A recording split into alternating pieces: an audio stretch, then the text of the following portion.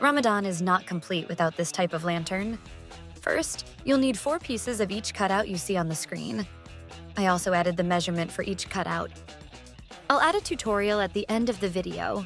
In order from right to left, this is the base of the lantern, then the body, and finally the top of the lantern. You'll need a 12 by 6 centimeter paper. Fold it in half and mark 9.5 centimeters, like this.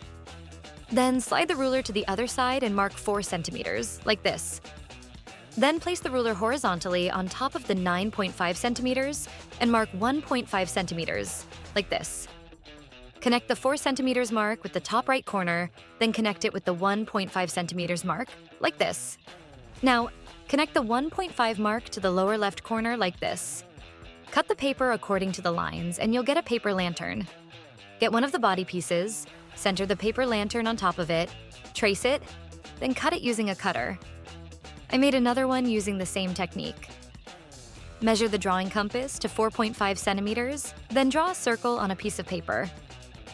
Then, place the drawing compass just before the edge of the circle and draw half a circle. Cut the crescent moon and trace it on the center of the 2 remaining pieces of the body. Then cut it. We now have 2 pieces of the body with lanterns and 2 pieces with crescent moons. You can use the same shape for all 4, or you can avoid this step altogether. But then the light won't be visible from inside the lantern. I got some velvet fabric. This is very affordable, and you can find it at any fabrics and textile shops. I cut the fabric slightly larger than the cardboard, matching the shape, so it would cover completely. Place the fabric upside down, then place the cardboard on top of it. Start by gluing the sides, like this. Then cut the corner from the top and cut out the excess, like this. Then fold and glue the fabric. Repeat the same process for the bottom. You can leave it like this, or you can cut out the shape in the center, like me. It's fine if you leave it because this type of fabric lets light through. Cut the fabric from the top to the bottom of the moon, like this. Then cut the fabric from both sides, like this, to make it easier to fold. The corner might be a bit harder to fold, so add a bit of wax glue and press it using scissors. Then get some colorful cellophane paper. You can find them at any crafts and school supply store. Cut it approximately in the same shape and size as the cardboard, then glue them together. Glue one side first.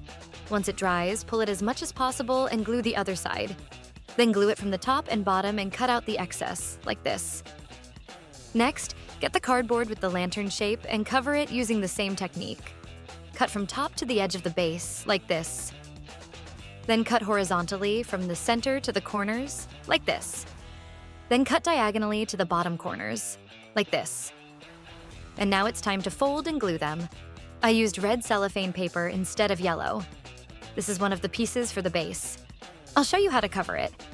One quick note.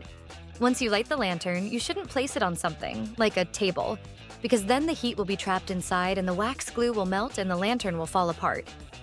Either hang it somewhere or place it in a way that it's not covered from the bottom and has ventilation. Repeat the same process for the remaining pieces. Now it's time to glue every 4 pieces together. I'm starting with the body. Add glue to one of the sides like this, and glue it to another piece, like I'm doing in the video. Keep going until you glue all the pieces. The body is now ready. As you can see, I mixed the colors for the shapes between red and yellow. Next, the top of the lantern. It's basically the same process, but with a small difference. Glue 3 pieces using the same technique you used for the body. Before gluing the 4th piece, cut a strip of velvet fabric, fold it on itself to make it as sturdy as possible, and glue it inside, like this, to make the hanger. Next, get an electric plug cord with a lamp holder. Insert the plug through the hanger and place the lamp holder inside. Finally, glue the 4th piece to the remaining pieces. Screw a light bulb to the lamp holder, then glue the top, body, and bottom of the lantern together. Add wax glue to the top of the body, then glue the top of the lantern. Add wax glue to the top of the base and glue it to the body. I made the base with the same technique I used for the top and body. It looks amazing as it is, but you can add some decoration for a special touch. I got this yellow crochet strip. I'll use about 3.5 meters of it. It looks amazing. Adds a special touch to the lantern and covers many flaws. I started gluing horizontally first. After assembly, the lantern is about 38 centimeters in length. It's not too big and not too small. You can place it on the balcony or inside your home, and it will look amazing. If you want to make it bigger, you can just double the measurements. Then, I glued the strip vertically, right where the pieces are glued together, to cover any flaws or excess glue. I glued another strip in front of it with the fluffy sides facing each other. Apply the same process to the other side. You can skip gluing vertically and stick with gluing the strips horizontally. Look how gorgeous it looks in the dark. I'm so impressed with the result. Ramadan vibes aren't complete without this lantern. No matter how many modern lanterns we make, this vintage design will always give special vibes. The colored cellophane papers give off different colored lighting from different sides, which adds to the festive vibes. You can replace the cellophane paper with thin plastic bags.